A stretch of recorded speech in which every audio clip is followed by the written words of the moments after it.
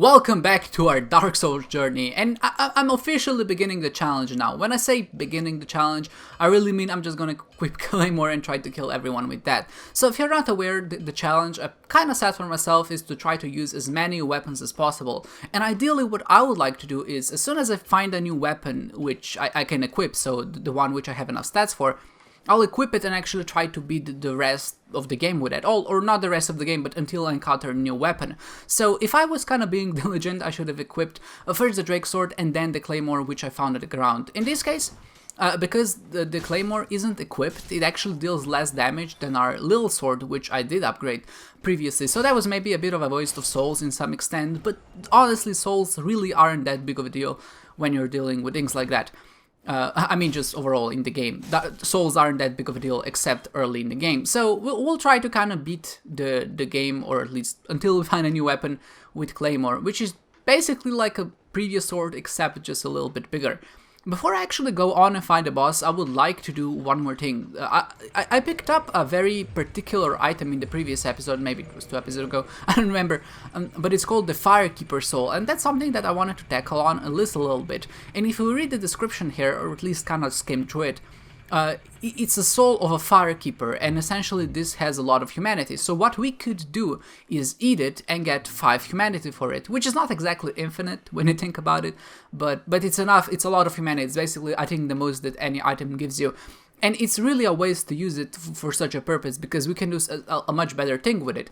If you remember, I did mention that this particular bonfire, or at least this bonfire, is a special one. Besides it being just a little bit more aflame or on fire, it seems to be just a bit more powerful, it also has someone keeping it, so you can guess that's a firekeeper.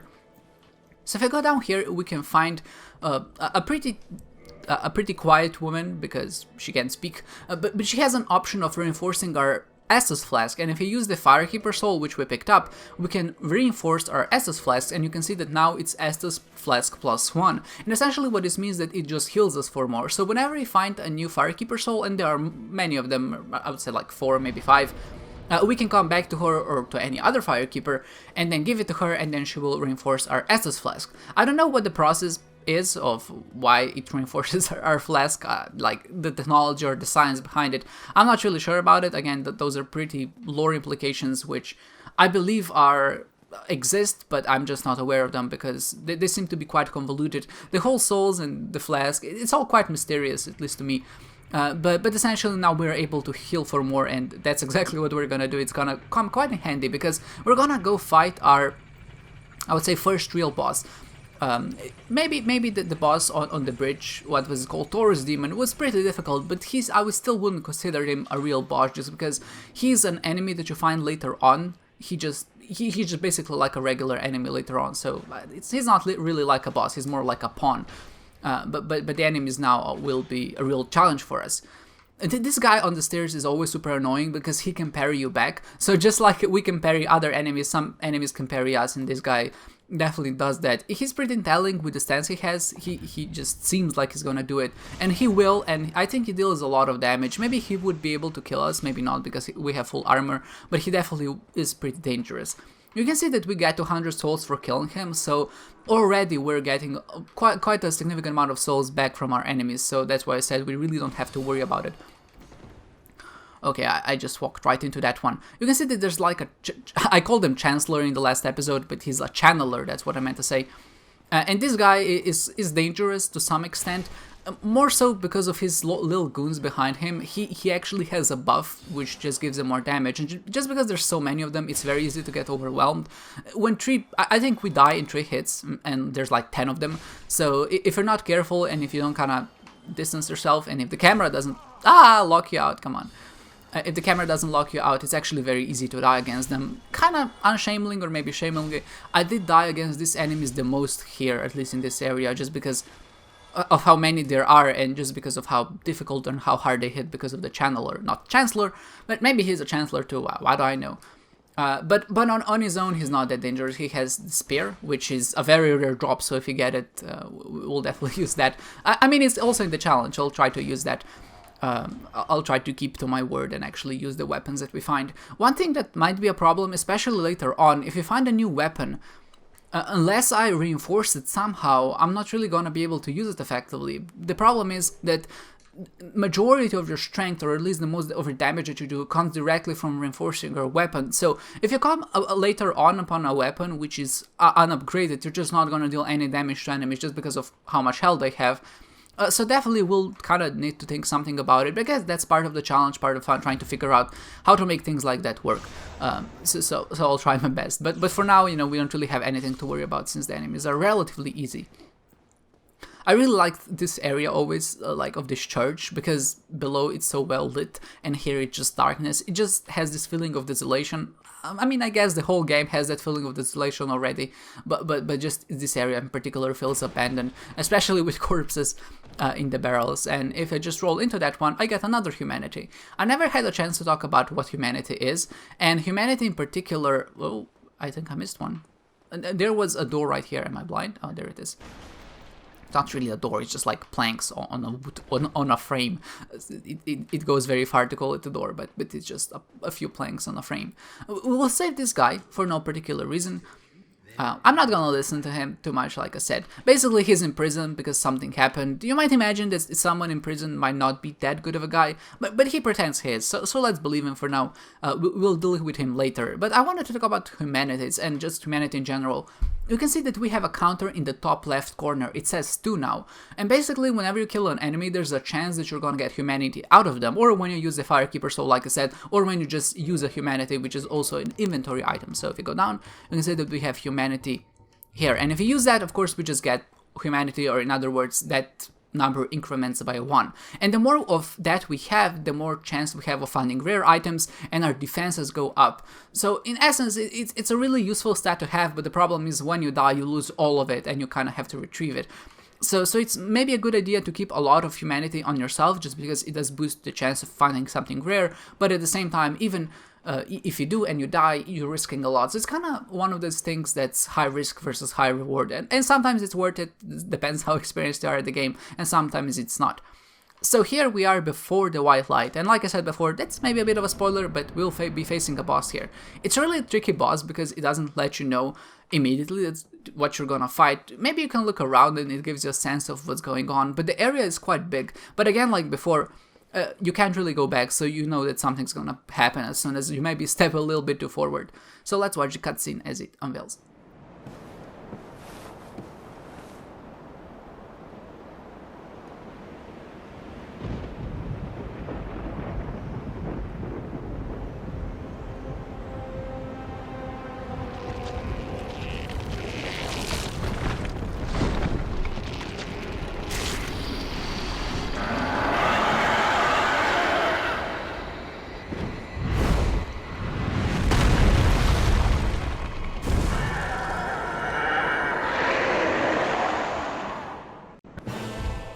Alright, here we go, the Bell Gargoyle. You can imagine why he's called a bell, and then he's called a gargoyle, because he is a gargoyle after all.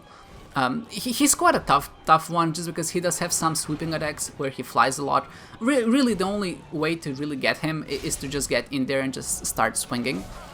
Okay, that was an attack that I forgot he had. Oh god, okay. How about if he didn't do it twice in a row? Because that's a bit unfair. Thankfully, we do have the upgraded Estus Flex, so we are healing for a bit more than we did before. One thing that I'm really not used to here is fighting him with full armor and shield, but again, I'm just keeping it on because I think it looks nicer.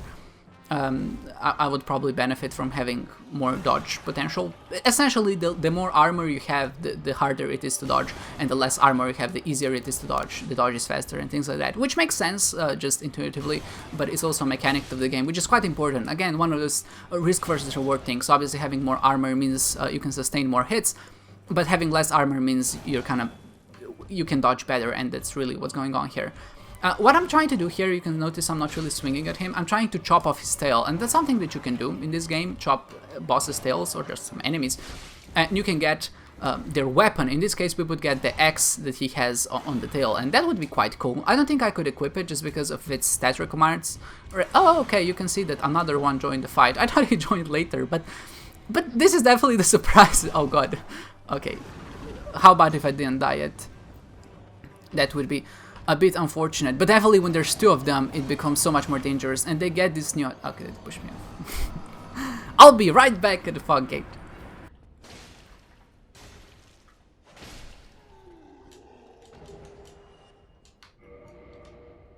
Okay, so I just killed this guy and we got a rapier. So I guess we have to use this now, which should be interesting. So I guess we'll deal with this first and then we'll go fight onwards. This is something you've seen already, but this weapon does not deal a lot of damage. It's very fast though, so that's good. I did not expect that guy to drop his weapon, so yeah, alright. You know that when a particular person sets a challenge for himself, like I did, you trust him, you know that he knows at least that he's at least a little bit good at the game. Otherwise, why would I even set a challenge for myself? But obviously, this is not the case if I just died like 4 times against the same enemy. And like, if these guys kill me now, I think I'll just like die in shame and never forgive myself for doing so. What's really great about rapiers is that you can use them behind a shield, so you can be shielded while you use them. It just deals less damage, and these guys really aren't that difficult. Well, my experience wouldn't say otherwise, but they really aren't that difficult, so that's why I could have used it. Yes, I did get a broken straight sword there, but I'm not gonna equip it because technically I can't consider a broken sword a weapon. You'll just have to see me suffer with the rapier, which should already be difficult enough. Although in some regard, I actually think it should be a little bit easier just because it's a faster weapon. And I guess I'm more used to faster weapons in general because of my general playstyle. I like to get in, hit, and go out. Although I don't shy away from strength slow weapons, but I do tend to rely on those which deal just a little bit more damage. Like I said, if the Claymore was upgraded, I don't think we would have a problem, but since it isn't, you know, well, we're dealing a lot of damage to him, so that's always encouraging. That's a new attack. He always gets me with that one. I'm like, there's no excuse, I'm just bad at this point. Let's heal and then let's really wreck him. Okay, okay, I meant he can really wreck me. Oh god, oh god, why did I do this? I know that he's... Okay, now is a safe time to heal, because he just attacked and then used the time he's actually taking to recover from his attack to heal up yourself. Like, you would think that I'm playing this game for the first time, but I assure you, I'm not. I beat these bosses many times before. They're just... I don't know why they're posing me so much trouble. I guess it's just because I'm talking, I'm not really used to it.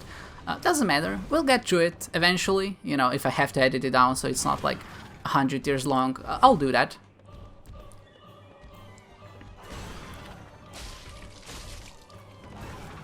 Okay, I think this is a better way of going about things, like this. Just using one-handed, because it's not dealing that much less damage. I guess when you look at it, it's dealing double less damage. What have I done to myself? I guess if I'm really struggling, I'll be using the other weapon, but I think I can make it. I think I can make it slowly but surely. It's gonna take like 15 years, but hey, what can you do about it? I'll try to stay entertaining in the meanwhile. Alright, mate? How? Like, look at this. Come on, stop! I know you're a gargoyle, and gargoyles tend to fly around, but... Oh god. I really don't remember this boss being so difficult. I don't know why I'm having so much trouble with him, but I guess it's just because whenever I get to him, I'm already super upgraded. Okay, a heavy attack does deal a significant portion of the damage, so that's probably what I'm gonna be using. What really gets me is that I don't realize the range of his attacks, like when he sweeps around, as far at how far it's gonna actually go. So like this one, like I just can't tell that it's gonna hit me behind or not, so that's what kind of what's getting me. I'm not sure if that's maybe just my problem or if their attacks just really aren't that telling, but I definitely think that these bosses are a real power spike, especially early on. It really kind of depends also on your build. If you're a mage, they're actually very easy because you can stay at range, but melee, they tend to be just a bit more difficult. Well, that's true for almost any boss in the game. Before I actually trigger this guy's fire attacks, I'll try to get the other one first. This is something that we learned before, that we should really get the flaming guy first. He's also much more vulnerable and stationary, so it just makes sense for me to attack him first, I guess, because if I damage this guy, he's also gonna start shooting fire, and then we're in a real pickle, if I say so myself. Okay, you're still flying. You know, how about if you just flew out of the roof? Like, that would be super nice. Okay, that managed not to hit me. Well, I can't complain about that. I really can't. He's gonna start breathing fire again. The other guy's on the other side. Okay, he's flying towards me. Okay, oh, I really thought I dodged that, but I guess I didn't. Okay. This is perfect. Well, not perfect. This is okay. some regard. I'll definitely. I think I'm relying on my shield. Okay, I just didn't know what happened there. I'll bait an attack. Yeah, and now I'll heal. That's strategy. That's how you do it. When I say that's how you do it, I really mean that's just like one good play out of a dozen bad plays. But still, it's something, you know. At least it's one good play. It's not 13 bad plays in this sense. So, okay. No. Now's our chance. No, it's not. We don't have a chance. I really thought it's gonna get him. Okay, just roll away. You know, if you roll fast enough, you can dodge fire somehow. I really thought it was blocking, but I guess that was an overhead. An overhead attack is basically one which goes through your shield, essentially, which is... they're usually pretty telling, just in the sense that they come from above you, so from basically the direction we're not really shielding. So they hit your helmet instead of your shield, and that makes sense. But they can be quite hard to predict. I mean, this enemy in particular can be quite hard just because their animations, I guess, aren't as well developed. How did I, like, parry myself into that one? I'm starting to lose hope, but that's one thing you shouldn't do. You know, you should never lose hope in a Dark Souls game. Okay, this is my chance. Let's go. How did he hit me? Oh god, I feel like I said that way too many times. Roll faster. Why didn't I roll faster? I should have just rolled faster. Okay, I rolled right into him. God damn it, this'll never end. Save me from this misery, please. 15 times later. Alright, it's time to find the Gargoyles again. So this is like 15th time trying to fight them. This is like... I thought it was embarrassing before, but at this point it's just pathetic. I know I can get them, I've gotten them so many times before, but I really like... Using a weapon that doesn't deal that much damage and it has a moveset that you're really not used to is so much more difficult than I originally thought. If I die again, I'm just not gonna forgive myself ever. Okay. Let's bait an attack. Okay, now heal. There we go. I really thought that was gonna work, but he did it too fast. So okay, the spear attack thingy is not safe to heal, so that's not what I'm gonna do. Okay, maybe this one. This one seems to be okay. I had a strategy in my previous attempt, which I didn't show because I died, which is to be expected. It's called a pokey strategy, and essentially you just hide behind the shield and then use the rapier to the greatest advantage that you can. The thing is that you can still shield yourself because some of their attacks go kind of around them while still dealing some damage to them, so it's better than just not doing anything and getting hit in the process. Although I don't seem to be getting hit at all in this case, so that's good. But yeah, this is definitely a strategy that kind of paid off in the last try, so I'm gonna stick with it, at least for a little bit.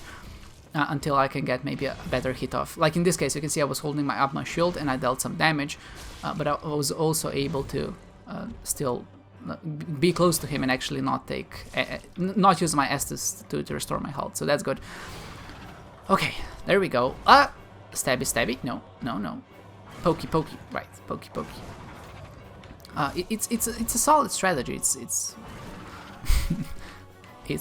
solid. It just doesn't do any damage. Which is probably a problem. It's so hard to concentrate and focus and fight at the same time. So sorry for my a bit of a lackluster commentary. It feels like I'm kind of commentating a golf match because they tend to be quite boring. So just bear with me for a little bit while I'm actually dying, surviving. I'm alive, staying alive. Whew. All right. You know, remember, it gets worse from here, so there's really no point in complaining. Okay, I'm stuck. Okay, this is my chance to do an attack. What's even worse, I thought I was gonna be able to do more attacks because of how fast the rapier is, and if I used my main attack, I probably could have, but I'm using my heavy attacks because it's dealing more damage. Which is one single hit of damage basically does more than the 2 hits I would have if I used my basics, so that's the reason why I'm going for that. And it's still a shame because like I said, I'm only doing 1 hit of damage and it's still not that much damage. I would be much better off if that stupid rapier didn't drop and I was actually able to use my claymore. the claymore. Even though the fact is I'm also just more used to the claymore because I did a whole run with just the claymore. I like the weapon essentially, and that's why I did it. Well, the rapier, I never really used dexterity weapons, so wow. How am I still alive? And that's exactly what I was talking about. The blue tearstone ring sucks in most cases, but in this one it actually saved me. If this leads to a win, this is gonna be the most magical case of the blue stone ring being good. Okay, I think it saved me again, which is kind of ridiculous. Okay, he's very far away, like if I can't heal now, then I can't heal anytime. I'll heal again just to be safe. Alright, now we can get into it. Okay, heal flame again. I can get you on the other one. Okay, I don't see where the flames are. Let's just do like a little damage. I think that doing a little damage is better than doing no damage at all. Because now I'm just in kind of that mindset. If I can do a heavy attack, then I don't attack at all. And definitely that's wrong. I'm missing out on a lot of damage, which I could have gotten by using my just my basic attack instead of my heavy attack. So that's what I'll try to do from now on. And I really like how you optimize your play as you're kind of fighting a boss for a prolonged period of time, or when you fight it multiple times. Like those little things that you really don't think about, you're starting to maybe think about how you can eke out a victory, so in which times you can attack and which times you can't, and maybe which attack you should do. It's really kind of just... It's awesome, you know, because the human brain adapts, I guess. You start thinking, and that's generally a good thing, I would say. When he's attacking, I can't do anything. Okay. He's gonna set a fire. Okay, let's just take this time to heal. Is a good strategy. Alright. Is someone gonna do a flaming attack? Yes. Oh, they're both gonna do a flaming. That's great because I was rather close to them, so I can get really deep. And when I say really deep, I only mean I can do 2 hits instead of 1. Oh, that's so sad. Okay, don't do an attack. Okay, well, you can do the flaming attack, but don't do like a regular attack while I was healing. Oh wow, that was a solid dodge. Wow, that should have hit me. I guess this game is fair in that sense that even when you don't get hit, sometimes you do. Oh, there's gonna be a flaming attack, isn't it? No, he just flew over. He just gave me a little spook. Oh, that is a flaming attack. Okay, he's gonna do another flaming attack. Oh, the problem is I can see where the fire is and where the particles are. Okay, God. Please stop. Stop, save me from this hell. Why did I do to deserve this? Okay, this is good because he's far away. He's gonna do an attack now. He's gonna do the flaming attack. Great. Okay, this is great because now I can heal. I might be getting just a little bit too excited. It's not over yet, man. Just like you have to Estus, you're not in a good position. I guess I'm in a better position than I was before, so that's encouraging. How did I miss both of those attacks? Oh god, that's discouraging because if I die when he has like 1 sliver of health remaining, I'm gonna be like punishing myself until death for missing those 2 attacks. Or at least, like, if I hit 1, I would have felt better, but I missed both, which is just embarrassing. Okay, how did that hit me? Okay. My problem is that I'm also rotating, so I'm not actually blocking when the attacks are coming from their direction. That definitely cost me like a few Estus flashes throughout the fight. Alright, let's go. Let's dance, baby. We've been dancing for the past hour or so, but let's dance for real now. Why are you not attacking? Just do something, man. Okay. Target practice, you know. Okay. 1 swing, 2 swings. Alright. Oh, how did he dodge? I haven't dealt any damage to them in such a long time. It feels so bad. Oh, why did they take so long to recover? Doesn't matter, I'm okay. Just don't question it. Just be happy you're alive at this point. Okay, they both did the fire attack, which should be... I should have equipped the humanity here. I just missed the opportunity to do so. Alright, now I'm gonna run out because I expect the other one to do a flaming attack again. Like, even when I kill one, I still have the other one to kind of deal with, which should be easier because it's just 1 as opposed to 2, but still, it's even if I kill that one, it's not a 1 battle. especially if I walk into the fire. Where's the other one? I don't see him. Okay, here he is. Okay. Oh god. Ooh. I'm not long enough, not long enough. Alright. Let's just be patient, let's not get hit again, and I think we can come out victorious.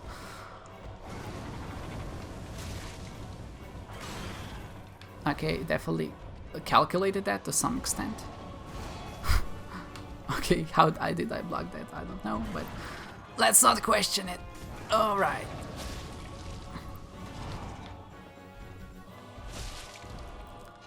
Whew.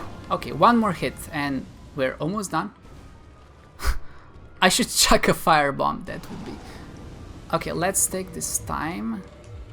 I messed up, didn't I? Oh god, how did I miss the button for the inventory? That's just... There we go. Our firebomb shooting, just a little bit, but you know, like at this point, spare me.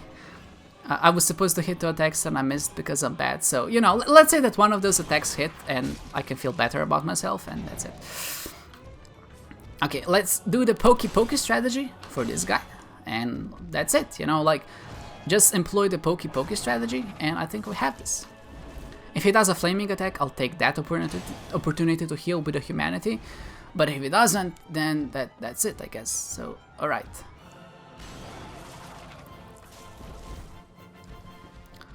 By the way, this is not a speedrun, if anyone was wondering. That was such a bad joke. Alright. Okay, that was a cheeky move, but that's why I have my guard up. You know, it's really just about using the weapon at hand to its fullest potential, which is definitely saying because I'm dealing 17 damage to him. Oh god, I'll stab you in the head, mate. I'll do it. This might have been the longest fight, but also it's quite exciting. At least I'm having fun. I hope you're having fun. There's nothing fun about this. There's nothing. Alright, he's doing the flame attack. Okay, let's go in our... and finally use a humanity. There we go. That worked as I expected it to work. I did get hit, but I did actually restore. So if you use the humanity, not only do you get the humanity back, but you also restore full HP, or at least a lot of HP. So that's good. That's why I decided to go for it. Ideally, I would have equipped it and actually used it that way, but you know, this is not bad as well. I just feel so much more comfortable now because I actually have some HP. I was just afraid that if he does recover and if he hits me before I actually finish healing, that would be problematic for me. But thankfully, oh god, the particle effects. That would be problematic, but thankfully he did hit me, but the healing didn't apply at that point, and I managed not to die, so that was good. When I say I managed not to die, I really mean I managed to survive, which I guess is the same to some extent, but at least like in literal terms, but not in philosophical. Doesn't matter. Like, let's not worry ourselves with details right now. He seems he does have the flame attack, he just does it very rarely. It's not related to his health, or at least that's what I'm noticing here, so that's maybe a good thing to know. It's so funny because, like I said, I did beat this boss, I would say like 10 times in total, and even though I saw all of his attacks before, I still don't know like his exact attack pattern, just because of how much easier this fight actually goes. But we managed to do it! Oh god, victory achieved. I was really clenching myself in at the end. I did not fully expect to win there. I knew it was gonna get easier as soon as I killed the first one, but holy hell, that was something, you know. I think I was just fighting him for 20 minutes. So like a whole episode, but hey, what can you do about it? I'm gonna show you the deaths probably and the winning clip, obviously, because that's where the fun is. But oh my god, that was excruciating but exciting at the same time, which I feel like is a very good way to describe this game. We're gonna ring the bell here, and I'm gonna say goodbye. There's gonna be a cutscene, that's what I'm kind of telling you in advance. This is important because he did say that there are bells of awakening, so there are multiple of them, and this is the first one of the multiple bells. I'm not gonna spoil how many there are, but you know, let's pull the lever and enjoy our victory.